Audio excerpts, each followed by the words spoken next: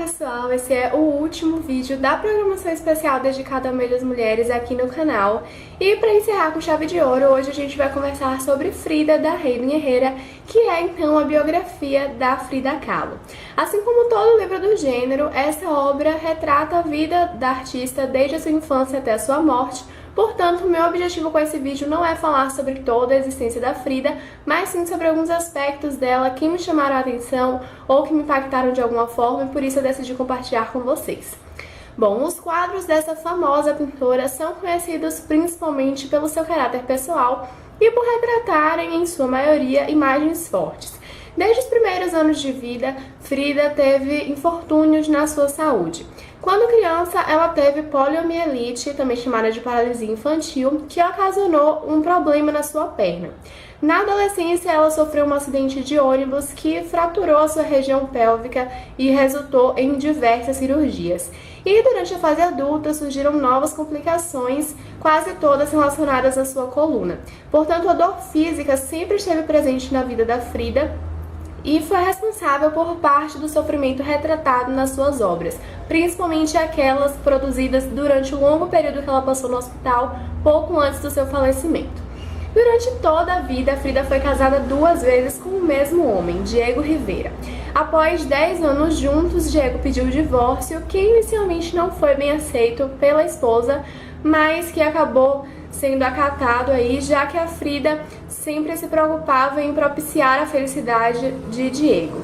Com esse divórcio, a Frida deu início a uma fase muito importante da sua carreira, talvez a mais importante ou a mais produtiva, já que ela queria se tornar independente financeiramente do ex-marido e para isso ela precisava vender os seus quadros. Cerca de 1 ano depois disso, os dois se casaram pela segunda vez, repetindo alguns comportamentos da união anterior, mas convivendo de uma maneira talvez mais saudável, reforçando essa necessidade que eles tinham um do outro.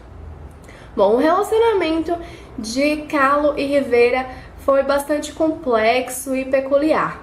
Ambos eram apaixonados um pelo outro e, ao mesmo tempo em que declaravam essa necessidade de ficarem juntos, os dois possuíam relações com outras pessoas e juravam amor a elas. Frida afirmava que não se importava com os casos de Diego, mas ela sofria por conta deles, ao mesmo tempo em que mantinha seus próprios amantes, tanto homens quanto mulheres. Por conta da sua fratura na pelvis, Frida teve vários abortos espontâneos e não conseguiu ter os filhos que tanto desejava. Essa vontade não era compartilhada por Diego, que já tinha filhos frutos de outro casamento, mas ele se comprometeu a realizar esse desejo da esposa. Acontece que, infelizmente, a Frida não conseguia manter essas gestações, nem mesmo uma gravidez que chegou a durar 5 ou 6 meses. Ela era apaixonada por crianças, adorava ficar com os sobrinhos e com os filhos de amigos, e a temática da fertilidade aparece com certa frequência nas suas telas, sempre associada à natureza, ilustrando a sua ânsia de ser mãe e a sua infelicidade por não ser capaz disso. Frida também tinha o costume de atribuir conotações sexuais a plantas e flores. Mundialmente conhecida nos dias atuais, Frida demorou um tanto para ser vista como pintora e não apenas a esposa de um dos maiores muralistas do México. Depois de anos, principalmente após passar a ser associada ao surrealismo, Frida começou a fazer mais sucesso e vender as suas obras com mais facilidade. Ainda assim, ela tinha uma certa dificuldade de agradar os clientes, principalmente aqueles que faziam encomendas, porque ela não conseguia ser impessoal, de modo que todos os seus quadros possuem algo da sua personalidade, o que nem sempre deixava os compradores muito satisfeitos.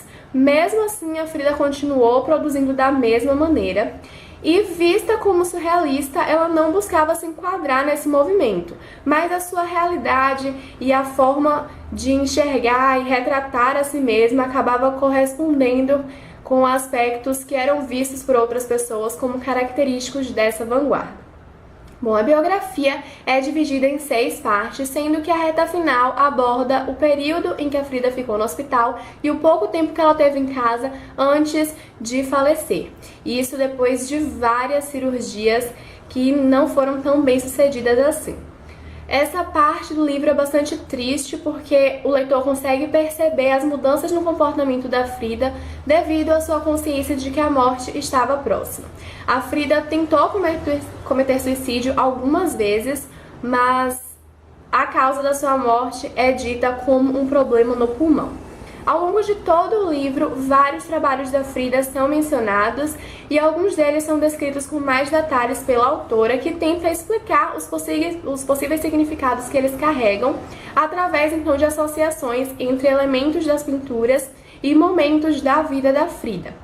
Então, ela vai descrevendo esses quadros e mostrando quais poderiam ser esses significados. Essas passagens são muito bacanas, já que é sempre interessante a gente tentar entender as motivações de um escritor, de um pintor, enfim, os aspectos pessoais que um artista coloca nas suas produções.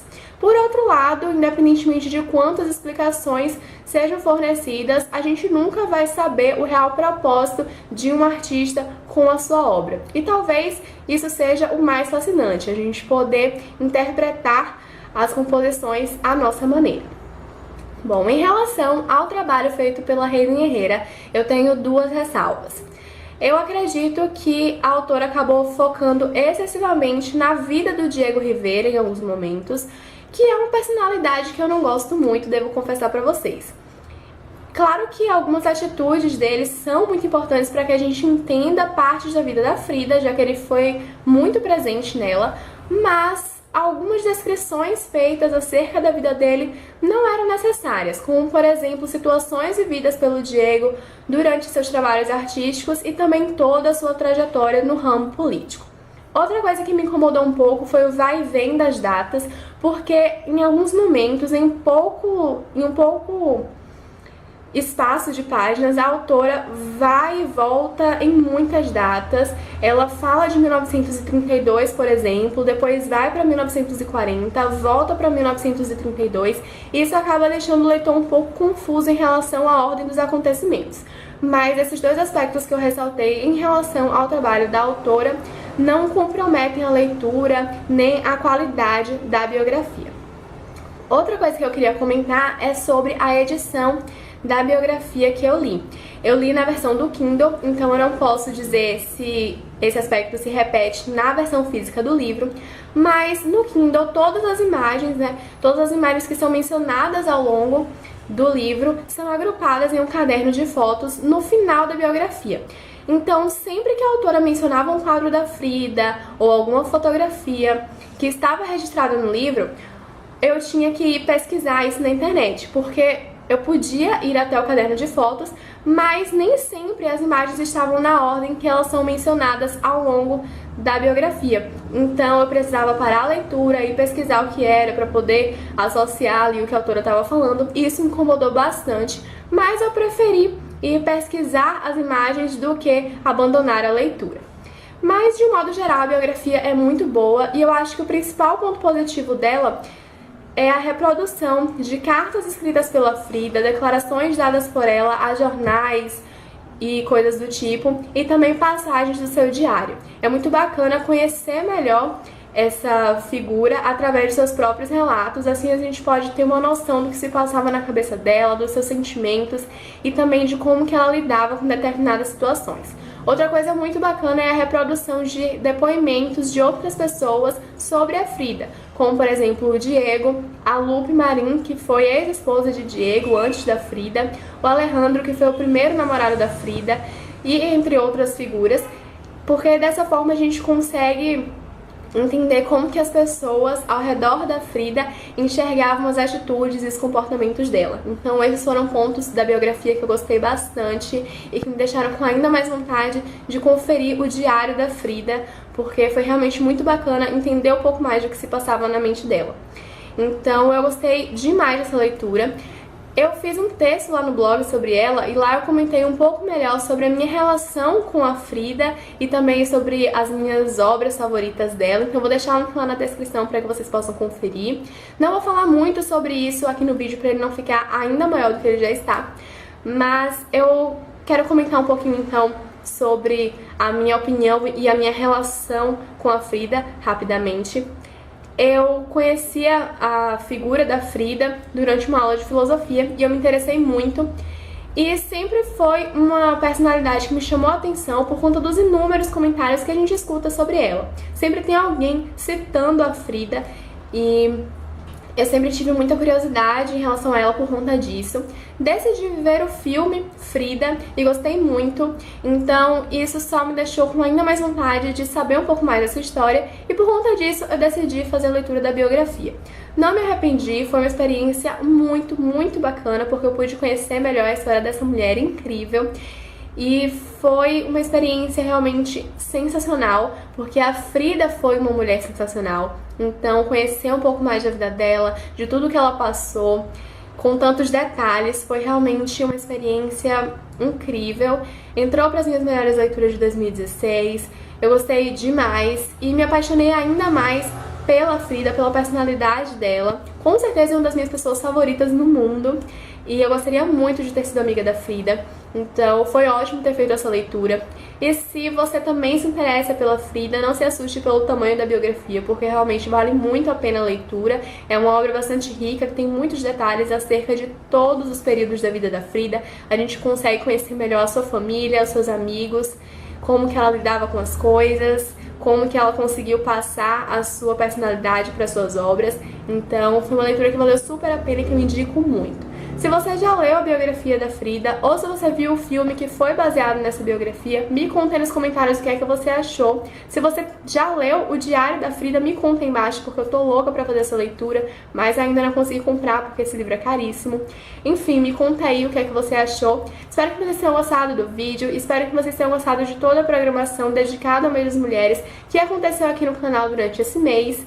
Não deixem de clicar em gostei para saber que vocês curtiram toda essa programação, de se inscrever no canal para receber os próximos vídeos e as futuras programações especiais que vão rolar por aqui. E, é claro, acompanhar o Fresco Perdidos em todas as redes sociais. Um beijo e até a próxima!